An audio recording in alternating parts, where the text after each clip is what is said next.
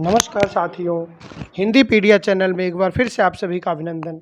आइए हिंदी साहित्य से संबंधित भक्ति काल के कुछ महत्वपूर्ण प्रश्नों को पढ़ते हैं जो परीक्षा के लिए अति महत्वपूर्ण है। आज की प्रैक्टिस सेट में ऐसे प्रश्नों को लेकर उपस्थित हुए हैं जो परीक्षा में कई बार आए हुए हैं, तो आशा है अगली बार भी यह प्रश्न आने की संभावनाएं हैं। इसी उद्देश्य से यह वीडियो लेकर आए हैं। आइए एक एक प्रश्नों को पढ़ते हैं। 50 प्रश्नों पर चलेंगे। इन 50 प्रश्नों में से अधिकतम प्रश्न आपको परीक्षा में मिलते हैं और बार बार पूछे जाते हैं, इसलिए इन 50 प्रश्नों का कलेक्शन लेकर आपके सामने उपस्थित हुए हैं। आइए हम सभी भक्ति काल से महत्वपूर्ण प्रश्नों को पढ़ते हैं। पहला प्रश्न है आज का, आचार्य शुक्ल ने भक्ति काल की समय सीमा क्या मानी है? जब भक्ति काल की बात आती है, आचार्य रामचंद्र शुक्ल का नाम उसमें जरूर पूछा जाता है। उनसे संबंधित कई प्रश्न आते हैं। यह जरूरी नहीं कि यही प्रश्न आएगा, लेकिन आचार्य शुक्ल से संबंधित बहुत सारे प्रश्न आते हैं। उन्होंने समय सीमा क्या मानी, उन्होंने नामकरण क्या किया, उन्होंने क्या कहा, इस तरह से। तो एक आशा के साथ इन प्रश्नों को लेकर आए हैं। पहला प्रश्न यही है, आचार्य शुक्ल ने भक्ति काल की समय सीमा क्या मानी है?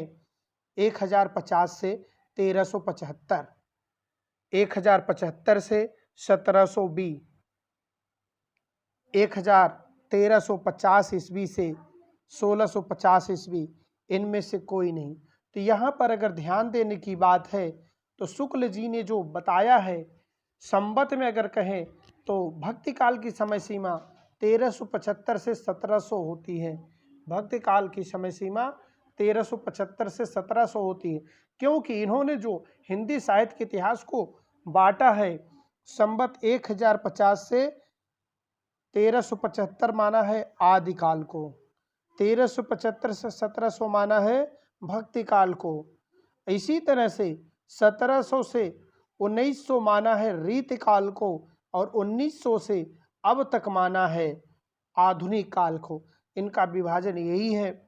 इस तरह से यह प्रश्न कई बार परीक्षा में आया हुआ है, तो आशा है कि यह प्रश्न आपको फायदा करेगा, आपको लाभ पहुंचाएगा। इसी उद्देश्य से यह प्रश्न लेकर उपस्थित हुए थे। तो इसका सही उत्तर है आपका ब सही उत्तर है।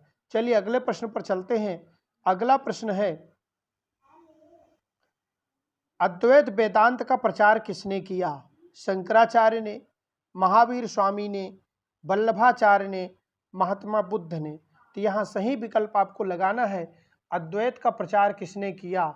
अद्वैत, पिछले दिन जब वाद हमने पढ़ाए थे, वाद और उसके आचार्य, तो उसमें बताया था अद्वैत शंकराचार्य, अद्वैत शंकराचार्य। आप टीजीटी पीजीटी की प्लेलिस्ट में जाकर यह वीडियो देख सकते हैं। अगर आपको वाद से संबंधित कोई दिक्कत है, सरल सूत्र से पढ़ाया हुआ है, तो आप उसे देख करके अच्छे से याद कर सकते हैं। यहाँ भी आप देख सकते हैं, अद्वैत वेदांत का प्रचार किसने किया? शंकराचार्य। तो सही विकल्प आपके सामने क्या है? शंकराचार्य। अगले प्रश्न पर चलते हैं। अगला प्रश्न है, इनमें से कौन अलवार भक्त नहीं है? अब यहाँ अलवार भक्त नहीं है, इनमें देखना है सरोयोगी, कुलशेखर, शरहपा, मुनिवाहन। इस तरह से 4 नाम दिए गए हैं। इसमें से पूछा गया अलवार भक्त कौन नहीं है, तो सरहपा अलवार भक्त नहीं है। इसमें सही विकल्प स है, सरहपा अलवार भक्त नहीं है। अगले प्रश्न पर चलते हैं। अगला प्रश्न है, दिव्य प्रबंधम किसके पदों का संकलन है?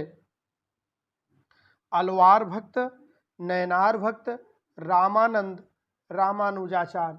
दिव्य प्रबंधम, तो यहाँ पर सही विकल्प आपके सामने आ गया है, अलवार भक्त। दिव्य प्रबंधम किसके पदों का संकलन है? अलवार भक्तों के पदों का संकलन है। इसी तरह से अगला प्रश्न और आया, अलवार भक्तों के पद किस भाषा में हैं? तो अलवार भक्तों के पद जब पूछे जाए किस भाषा में है, तेलुगु में है, तमिल में है, हिंदी में है, कन्नड़ में है। अलवार भक्तों के पद जो है तमिल में, तमिल भाषा में लिखे गए हैं। हमेशा याद रखेंगे, तमिल भाषा में लिखे गए हैं। इसी तरह से अगला प्रश्न है, विशिष्टाद्वैत के प्रतिपादक आचार्य कौन थे? वाद से यह भी तो क्या है? विशिष्टाद्वैतवाद पिछले दिन पढ़ाया था, अंश विरा शब्दम ददान विरा विशिष्टाद्वैतवाद रामानुजाचार, तो सब विकल्प आपका सही है। विशिष्टाद्वैतवाद रामानुजाचार आप हमेशा याद रखें, पिछले वीडियो देख लेने से आपको बहुत फायदा होगा। उसका लिंक इसी वीडियो के डिस्क्रिप्शन में डाल देंगे, जिससे आपको ढूंढने में दिक्कत नहीं होगी, देखने में बहुत ही आसान हो जाएगा। चलिए अगले प्रश्न पर चलते हैं। श्री संप्रदाय के प्रवर्तक आचार्य का नाम बताइए। अब श्री संप्रदाय, तो संप्रदाय पर भी एक वीडियो बना देंगे। संप्रदाय से जितने क्वेश्चन आते हैं वो सभी आप कर पाएंगे, जल्दी ही उस वीडियो को अपलोड कर दिया जाएगा। संप्रदाय जितने भी हैं सभी संप्रदाय उसमें मिल जाएगी। यहाँ पर उत्तर देखते हैं, स्वामी हरिदास, रामानुजाचार्य, माधवाचार्य, वल्लभाचार्य। तो श्री संप्रदाय जो है से संबंधित कौन है? तो यहाँ पर ध्यान देने की बात है, श्री संप्रदाय के प्रवर्तक आचार्य का नाम है स्वामी रामानुजाचार्य। स्वामी रामानुजाचार्य श्री संप्रदाय के प्रवर्तक आचार्य हैं। श्री संप्रदाय के प्रवर्तक आचार्य कौन है? स्वामी रामानुजाचार्य। इसी तरह से अगले प्रश्न पर चलते हैं। अगला प्रश्न है, पुष्टि मार्ग का प्रवर्तक आचार्य कौन है? पुष्टि मार्ग का प्रवर्तक आचार्य किसे माना गया है? सूरदास को, कुंभन दास को, वल्लभाचार्य को, माधवाचार्य को। यहाँ पुष्टि मार्ग का जो है श्रेष्ठ आचार्य कौन माना गया है? तो पुष्टि मार्ग का श्रेष्ठ आचार्य माने गए हैं वल्लभाचार्य। वल्लभाचार्य जी माने जाते हैं। वल्लभाचार्य पुष्टि मार्ग के श्रेष्ठ माने जाते हैं। इसी तरह से अगले प्रश्न पर चलते हैं, सखी संप्रदाय के प्रवर्तक कौन है? सखी संप्रदाय, तो सखी संप्रदाय यहाँ सही विकल्प है माधवाचार्य, स्वामी हरिदास, विष्णु स्वामी, निम्बारकाचार्य। तो यहाँ पर सही विकल्प है आपका स्वामी हरिदास, सखी संप्रदाय के प्रवर्तक माने जाते हैं। शुद्धाद्वैतवाद सिद्धांत के प्रतिपादक आचार्य कौन है? तो शुद्धाद्वैतवाद के प्रतिपादक आचार्य कौन है? यहाँ पर सही विकल्प आपके सामने आ गया है, वल्लभाचार्य जी हैं। वल्लभाचार्य जी हैं। इसी तरह से अगले प्रश्न पर चलते हैं, द्वैतवाद के प्रवर्तक आचार्य कौन है? तो द्वैतवाद के प्रवर्तक आचार्य माधवाचार्य। द्वैतवाद के प्रवर्तक आचार्य कौन है? माधवाचार्य। सही विकल्प आपके सामने है ब, माधवाचार्य। इसी तरह से द्वैताद्वैतवाद के प्रवर्तक आचार्य कौन माने गए हैं? तो द्वैताद्वैतवाद के प्रवर्तक आचार्य जो सही विकल्प है ब, निम्बारकाचार्य। द्वैताद्वैतवाद के कौन है? निम्बारकाचार्य। इसी तरह से अगले प्रश्न पर चलते हैं। अगला प्रश्न है, वल्लभाचार्य, वल्लभाचार्य के पुत्र का नाम क्या था? संत हरिदास, गोसाई मलुकदास, गोस्वामी विट्ठलनाथ और नंददास।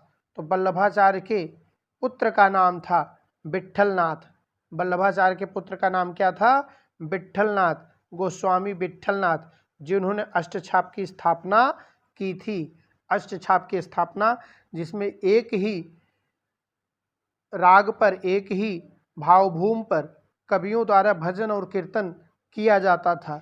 अष्टछाप के 4 कवि इनके शिष्य थे और 4 इनके पिता के वल्लभाचार्य के। तो 8 कवियों का समूह जो बना था वह अष्टछाप कहलाया। इसी तरह से उसकी स्थापना करने वाले वल्लभाचार्य के पुत्र विट्ठलनाथ जी हैं। इससे एक प्रश्न जरूर आता है, इन बातों का विशेष ध्यान रखना है। अगले प्रश्न पर चलना है, पुष्टि मार्ग का संबंध किस दार्शनिक मत से है? अद्वैतवाद से, द्वैतवाद से, शुद्धाद्वैतवाद से, विशिष्टाद्वैतवाद से। पुष्टि मार्ग, तो पुष्टि मार्ग का जो सही विकल्प है शुद्धाद्वैतवाद से इसका जो है संबंध है, शुद्धाद्वैतवाद। अगले प्रश्न पर चलते हैं। अगला प्रश्न है, नाथ पंथ एवं संत काव्य के बीच की कड़ी किस संप्रदाय को माना जाता है? नाथ पंथ और संत काव्य, सिद्ध संप्रदाय, गोरख संप्रदाय, कबीर पंथ, निरंजनी संप्रदाय। तो नाथ पंथ जो माना जाता है निरंजनी संप्रदाय से संबंधित माना जाता है। निरंजनी संप्रदाय। इसी तरह से अगले प्रश्न पर चलते हैं। शाक्त धर्म की दो प्रमुख धाराएं हैं, सगुण व निर्गुण, ज्ञान मार्गी व प्रेम मार्गी, दक्षिण मार्गी व वाम मार्गी, राम भक्ति व कृष्ण भक्त। तो शाक्त जो माने गए हैं, सही माना गया है दक्षिण मार्गी और वाम मार्गी। इस तरह से सही विकल्प है दक्षिण मार्गी और वाम मार्गी। अगले प्रश्न पर चलते हैं। गुरु अर्जुन देव को कितने पद गुरु ग्रंथ साहब में संकलित हैं? गुरु अर्जुन देव के कितने पद गुरु ग्रंथ साहब में संकलित हैं? सही विकल्प 500, 1000, 6000, 5000। इस तरह से देखा जाए तो इनके 6000 पद संकलित हैं। गुरु ग्रंथ साहिब में 6000 पद संकलित हैं। अगले प्रश्न पर चलते हैं। आशा दीदार, आशा दीवार, सोहिला, रहिरास, जपुजी किस कवि की रचनाएं हैं? तो ये सभी रचनाएं जो हैं गुरु नानक की, गुरु अंगद की, गुरु अर्जुन देव की, दादू दयाल की। तो इस तरह से ये सभी रचनाएं गुरु नानक की हैं, जो बहुत ही प्रसिद्ध हैं, गुरु नानक की रचनाएं हैं। अगले प्रश्न पर चलते हैं। इन सिख गुरुओं में से सबसे अच्छे कवि कौन थे? गुरु नानक, अर्जुन देव, गुरु अंगद, गुरु रामदास। तो यहाँ सबसे अच्छे माना पूछा गया है, इन सब में सबसे अच्छे कौन थे? तो गुरु अर्जुन देव इनमें सबसे अच्छे माने जाते हैं। गुरु अर्जुन देव इनमें सबसे अच्छे माने जाते हैं। अगले प्रश्न पर चलते हैं। अगला प्रश्न है, सुखमनी, 52 अखरी, 12 मासा किस कवि की रचनाओं के नाम हैं? इस तरह से सुखमनी किस कवि के रचनाओं के नाम हैं? गुरु अंगद के, गुरु नानक के, गुरु अर्जुन देव के, बारबास लाल दास के। यहाँ पर सही विकल्प आपके सामने है गुरु अर्जुन देव की। अगले प्रश्न पर चलते हैं। काहेरी नलनी तू कुम्हलानी, यह पंक्ति किस कवि की है? गुरु नानक की, कबीर की, हरिदास निरंजनी की, दादू दयाल की। तो यह पंक्ति किसकी है? काहेरी नलनी तू कुम्हलानी, तेरे नाल सरोवर पानी, जल में उपजत जल में वास, जल में नलनी तोर निवास। इस तरह से ये पंक्तियां हैं। इन पंक्तियों के कौन माने जाते हैं? तो इन पंक्तियों के जो है कवि माने गए हैं गुरु कबीर, संत कबीर, जो ज्ञान मार्गी शाखा के संत कबीर। इसी तरह से अगली पंक्ति है, अगला प्रश्न है। ढाई आखर प्रेम के पढ़े सो पंडित होए, पंक्ति किस कवि की है? जायसी, कुतुबन, कबीर, ईश्वरदास। ढाई आखर प्रेम के पढ़े सो पंडित होए, यह बहुत प्रसिद्ध पंक्ति है, जो में प्रचलित है, गांव गांव तक प्रचलित है। तो इसको सभी जानते हैं, आपको भी जान रखना है, जानकर रखना है, याद रखना है। यह पंक्ति कबीर की है। इसी तरह से अजगर करे न चाकरी, पंछी करे न काम, दास मलूका कह गए सबके दाता राम। यह पंक्ति किसकी है? दादू दयाल की, सुंदर दास की, मलूक दास की, कबीर दास की। अजगर करे न चाकरी, पंछी करे न काम। यह पंक्ति जो प्रसिद्ध पंक्ति है मलूक दास की है, मलूक दास। इसी तरह से अगले प्रश्न पर चलते हैं। अगला प्रश्न आज का जो है, आचार्य शुक्ल ने कबीर की भाषा को क्या नाम दिया है? आचार्य शुक्ल ने कबीर की भाषा को जो नाम दिया है, पूर्वी भाषा नाम दिया है, भोजपुरी नाम दिया है, ब्रज भाषा नाम दिया है, सदुक्कड़ी भाषा नाम दिया है। यह प्रश्न बहुत पूछा जाता है, सदुक्कड़ी किसने कहा और पंचमेल खिचड़ी किसने कहा? तो सदुक्कड़ी शुक्ल ने कहा, सदुक्कड़ी शुक्ल ने कहा, इतना याद रखना है। सदुक्कड़ी भाषा कबीर की भाषा को किसने कहा? शुक्ल ने। अगले प्रश्न पर चलते हैं। कबीर को बाड़ी का डिक्टेटर किस सर्व समीक्षक ने कहा है? बाड़ी का तानाशाह, डिक्टेटर तानाशाह आचार्य शुक्ल ने, आचार्य हजारी प्रसाद द्विवेदी ने, पीताम्बर बड़थवाल ने, श्याम सुंदर दास ने। तो यहाँ पर अगर देखें, कबीर को तानाशाह किसने कहा? आचार्य हजारी प्रसाद द्विवेदी ने कहा है। बाड़ी का डिक्टेटर आचार्य हजारी प्रसाद द्विवेदी जी ने इनको कहा है। साखी शब्द रामायणी किसकी रचनाएं हैं? तो साखी शब्द रामायणी किसकी रचनाएं हैं? यह तीनों बीजक में संकलित हैं, बीजक ग्रंथ में संकलित हैं। जब बीजक में संकलित है तो किसकी रचना है? बीजक किसकी रचना है? तो बीजक जो है कबीर की रचना है। अगले प्रश्न पर चलते हैं। साखी का मूल तत्सम शब्द क्या है? साखी का मूल तत्सम शब्द है साक्षी, साक्षी, साक्षात्कार, साक्षी, साक्षात्कार। साखी का मूल तत्सम शब्द है साक्षी। इसी तरह से अगले प्रश्न पर चलते हैं। संत काव्य में किस रस की प्रधानता है? संत काव्य में किस रस की प्रधानता है? श्रृंगार रस की, शांत रस की, करुण रस की, वीर रस की? तो संत काव्य में हमेशा आप याद रखेंगे शांत रस की प्रधानता है। संत काव्य में किस रस की प्रधानता है? शांत रस की प्रधानता है। अगले प्रश्न पर कबीर की उलटबासियों में कौन सा रस प्रमुख है? तो यहाँ पर जान लें, कबीर की जब भी उलटबासी की बात आएगी तो वहाँ अद्भुत रस की बात की जाती है। आश्चर्य में आश्चर्य होता है। जैसे इनकी एक पंक्ति है उलटबासी की कि कबीर दास की ऐसी बाणी बरसे कंबल भीगे पानी, बरसे कंबल भीगे पानी। तो कंबल बरसेगा और पानी भीगेगा। आपको आश्चर्य होता है कंबल कैसे बरसेगा? तो कबीर ने उलटबासियों में ऐसे ही प्रश्नों का जवाब दिया है। इस तरह से इनकी उलटबासी बहुत प्रसिद्ध है। अगले प्रश्न पर चलते हैं। अगला प्रश्न है अवधू गगन मंडल घर कीजय, यह पंक्ति किस कवि की है?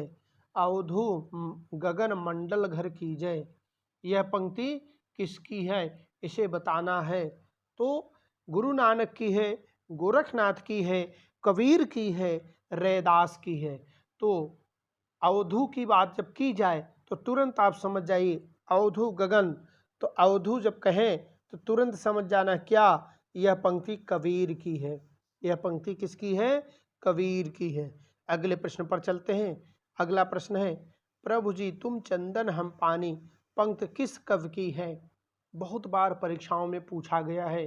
प्रभु जी तुम चंदन हम पानी किसकी पंक्ति है? कबीर की, रैदास की, सुंदरदास की, दादू दयाल की। तो यहाँ पर ध्यान देंगे प्रभु जी तुम चंदन हम पानी, यह पंक्ति है मीरा, रैदास, मलूक, कबीर। तो किसकी है? यह पंक्ति है रैदास की। इसी तरह से अगले प्रश्न पर चलते हैं। दुल्हनिया गाँव मंगलचार पंक्ति किस कवि की है? कबीर, रैदास, सुंदरदास, दादू दयाल। तो यहाँ पर अगर कहें दुल्हनिया गाँव मंगलचार, यह पंक्ति किसकी है? तो दुल्हनिया जब भी पूछी जाए दुल्हनिया गाँव मंगलचार तो तुरंत आपको समझ लेना है यह पंक्ति कबीर की है। क्योंकि अपने आप को कबीर बहू मानते हैं, परमात्मा को दूल्हा मानते हैं। इस तरह से कबीर की यह विशेषता है। आगे प्रश्न आता है। अगला प्रश्न है पानी ही तय हिम भया, हिम है गया बिलाय, यह पंक्ति किस कवि की है? रैदास की, मलूक दास की, नानक की, कबीर की। पानी ही तो हिम, हिम भया, हिम हो गया बिलाय, यह पंक्ति किसकी है? तो हमेशा याद रखेंगे जब इस तरह से बात की जाए तो तुरंत कबीर सामने आ जाते हैं। यह पंक्ति कबीर की है। गुरु नानक का जन्म कहाँ हुआ था? अगला प्रश्न है अमृतसर में, तलवंडी में, पटना में, लुधियाना में। तो गुरु नानक का जन्म कहाँ हुआ था? जल्दी से बताना है गुरु नानक का जन्म कहाँ हुआ था। 4 विकल्प दिए गए हैं जिसमें से एक विकल्प सही है। गुरु नानक का जन्म तलवंडी में हुआ था। कहाँ हुआ था? तलवंडी में। इसी तरह से अगला प्रश्न है श्रृंगार रस के घोर विरोधी संत कवि थे। श्रृंगार रस के घोर विरोधी संत कवि की बात की जा रही है। तो कौन थे श्रृंगार रस के घोर विरोधी? तो हमेशा याद रखें श्रृंगार रस के घोर विरोधी जो बातें बताए जाते हैं वह सुंदरदास जी हैं। कौन है? सुंदरदास जी। आपका सही विकल्प है इसका सुंदरदास। सुंदर विलास के रचयिता, सुंदर विलास के रचयिता कवि कौन थे? सुंदर विलास के रचयिता कवि की बात की जा रही है। रैदास, सुंदरदास, मलूकदास, दादू। सुंदर विलास के रचयिता कवि यहाँ पूछा गया है। तो सुंदर विलास के सुंदरदास, हमेशा याद रखेंगे सुंदर विलास के रचयिता कवि सुंदरदास। अगले प्रश्न पर चलते हैं। इन संत कवियों में सर्वाधिक शिक्षित कवि कौन थे? इन संत कवियों में सर्वाधिक शिक्षित कवि कौन थे? सुंदरदास। संत कवियों में सर्वाधिक शिक्षित की जब बात की जाए सुंदरदास। अगला प्रश्न है जो इस तरह से आपके सामने आ गया है। सगुणोपासक भक्त भगवान के सगुण और निर्गुण दोनों रूप मानता है पर भक्ति के लिए सगुण रूप ही स्वीकार करता है। निर्गुण रूप ज्ञान मार्गियों के लिए छोड़ देता है। यह कथन किस आलोचक का है? बहुत ही अच्छा कथन है। सगुणोपासक की बात की जा रही है। यह कथन किसका हो सकता है? हजारी प्रसाद द्विवेदी का, आचार्य शुक्ल का, पीताम्बर बड़थवाल का, गणपत चंद्र गुप्त का। तो ये कथन जो सही विकल्प आपका है वह आचार्य रामचंद्र शुक्ल ने कहा है। इसी तरह से अगले प्रश्न पर चलते हैं। अगला प्रश्न है, कबीर तथा अन्य निर्गुण पंथी संतों के द्वारा अंत साधना में रागात्मिकता, भक्ति और ज्ञान का योग तो हुआ, पर कर्म की दशा वही रही जो नाथपंथियों के यहाँ थी। यह कथन किसका है? हजारी प्रसाद द्विवेदी का, पीताम्बर बड़थवाल का, सीताराम चतुर्वेदी का, आचार्य शुक्ल का। तो यह कथन जो है कबीर पंथियों में अगर देखा जाए, इसका सही विकल्प आपके सामने आ गया है। यह कथन भी आचार्य रामचंद्र शुक्ल का है। किसका है? आचार्य रामचंद्र शुक्ल का। इसी तरह से अगले विकल्प पर चलते हैं। अगला प्रश्न है, नामदेव का संबंध किस प्रवृत्ति से है? नामदेव का संबंध किस प्रवृत्ति से माना जाता है? तो सही विकल्प का चयन करें। सगुणोपासना से, निर्गुणोपासना से, नाथ पंथ से सगुणोपासना और निर्गुणोपासना। तो यहाँ पर अगर देखें तो दोनों सही हैं, सगुणोपासना और निर्गुणोपासना। इसलिए सगुण और निर्गुण दोनों को मानने वाले, प्रवृत्ति को रखने वाले थे। इसी तरह से नामदेव। चलिए अगले प्रश्न पर चलते हैं। अगला प्रश्न है, निम्नलिखित में से रामचरित की टीका किसने की? टीका की बात की गई है। निम्नलिखित में से रामचंद्र की टीका, रामचरितमानस की टीका महेंद्र रामचरण दास, हरिचरण दास, जानकी दास, किशोरी दास। यहाँ पर सही विकल्प आपके सामने है। निम्नलिखित में से रामचरितमानस की टीका जो लिखी गई है वह महेंद्र रामचरण ने की है। महेंद्र रामचरण ने की है। अगला प्रश्न है, अगले प्रश्न पर चलते हैं। तुलसीदास किस शासक के समकालीन थे? तुलसीदास किस शासक के समकालीन थे? तो यहाँ से ध्यान देने की बात है, तुलसीदास किसके समकालीन थे? अलाउद्दीन खिलजी के, सिकंदर लोदी के, अकबर के, शेरशाह के। तो तुलसीदास समकालीन थे अकबर के। अकबर के समकालीन तुलसीदास माने जाते हैं। अगला प्रश्न है, अगुने सगुने नहीं कछु भेदा इस पंक्ति के कवि हैं। अगुने सगुने नहीं कछु भेदा पंक्ति के कवि कौन हैं? कबीरदास, तुलसीदास, सूरदास और नामदेव। इस तरह से यहाँ पर सही विकल्प है तुलसीदास। अगला प्रश्न है, तुलसीदास की किस रचना में उनका भक्त रूप प्रकट हुआ है? रामचरितमानस में, विनय पत्रिका में, गीतावली में, रामलला नहचू में। इस तरह से यहाँ देखें 4 विकल्प दिया गया है, तो किसमें प्रकट हुआ है? सही विकल्प है आपके सामने विनय पत्रिका में।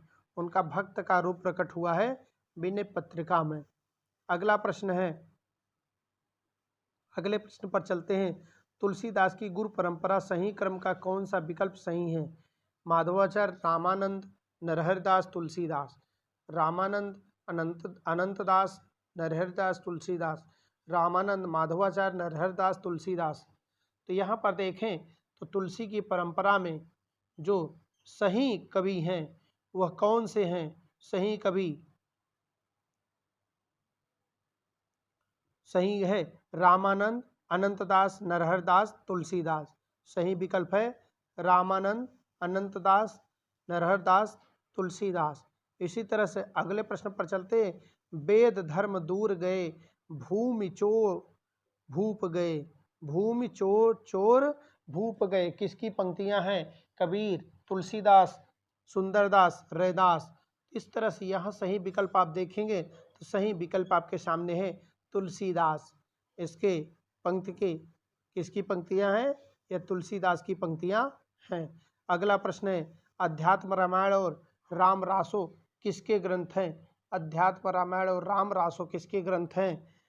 रामचंद्र शुक्ल के? नहीं। प्राणचंद्र चौहान के, माधव दास के, नंददास के, हृदय राम के? माधव दास चारण की यह पंक्ति है, माधव दास चारण के। ब विकल्प आपका सही है। अगले प्रश्न पर चलते हैं। कब केशव दास को तुलसी के समकालीन किसने माना है? कब केशव दास को तुलसी के समकालीन रामचंद्र शुक्ल ने माना है। रामचंद्र शुक्ल ने माना है। अगले प्रश्न पर चलते हैं। हिंदी में राम काव्य धारा के प्रवर्तक का श्रेय किसे है? हिंदी में राम काव्य धारा के प्रवर्तक का श्रेय किसे जाता है? वाल्मीकि को, तुलसीदास को, नाभादास को, रामानंद को। तो यहाँ पर सही विकल्प है द, रामानंद को। अगला प्रश्न इसी तरह से आया। तुलसीदास को कलिकाल का वाल्मीकि किसने कहा था? तुलसीदास को कलिकाल का वाल्मीकि रामचंद्र शुक्ल ने कहा, हजारी प्रसाद ने कहा, नाभादास ने कहा, अकबर ने कहा। तो कलिकाल का वाल्मीकि अगर बात की जाए कभी भी तुलसीदास को, तो नाभादास ने कहा। कलिकाल का वाल्मीकि नाभादास ने कहा है। इसी तरह से अगले प्रश्न पर चलते हैं। अगला प्रश्न, सिद्धांत पंचमात्रा किस भक्त की रचना है? सिद्धांत पंचमात्रा राघवानंद की रचना है। किसकी रचना है? राघवानंद जी की है। इसी तरह से आज की प्रश्नोत्तरी यहीं समाप्त करते हैं। प्रश्नोत्तरी आपको कैसी लगी? प्रश्नोत्तरी अच्छी लगी हो तो चैनल को सब्सक्राइब कर सकते हैं। आप चैनल पर नए हैं तो चैनल को सब्सक्राइब करें, पहले से हैं तो वीडियो को लाइक करें, दोस्तों में शेयर करें। आज के लिए इतना ही। धन्यवाद। जय हिंद, जय भारत।